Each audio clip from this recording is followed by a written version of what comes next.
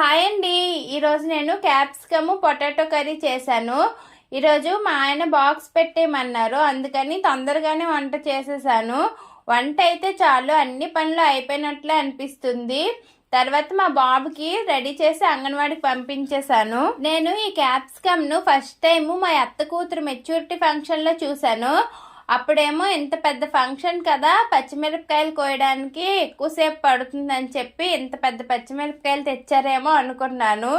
ఆ తర్వాత తెలిసింది ఇవి కారం కోసం వేసే పచ్చిమిరపకాయలు కాదు, కూర కోసం వేసుకున్న పచ్చిమిరపకాయలు అని. మా ఆయన్ని క్యాప్సికమ్ తీసుకురండి అని చెప్తే 1/2 కిలో తెచ్చారు. 1/2 కిలోకి 2 తూగాయి.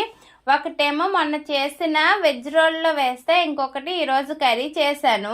కర్రీ టేస్ట్ అయితే చాలా బాగుంది. ఇది అన్నంలో కంటే చపాతీలోకే చాలా బాగుంటుంది. మీరు ఎప్పుడైనా ఇలా ట్రై చేస్తుంటే కామెంట్ చేయండి. మా ఛానల్ని ఇప్పటి వరకు సబ్స్క్రైబ్ చేసుకోకపోతే సబ్స్క్రైబ్ చేసుకోండి. Bye bye.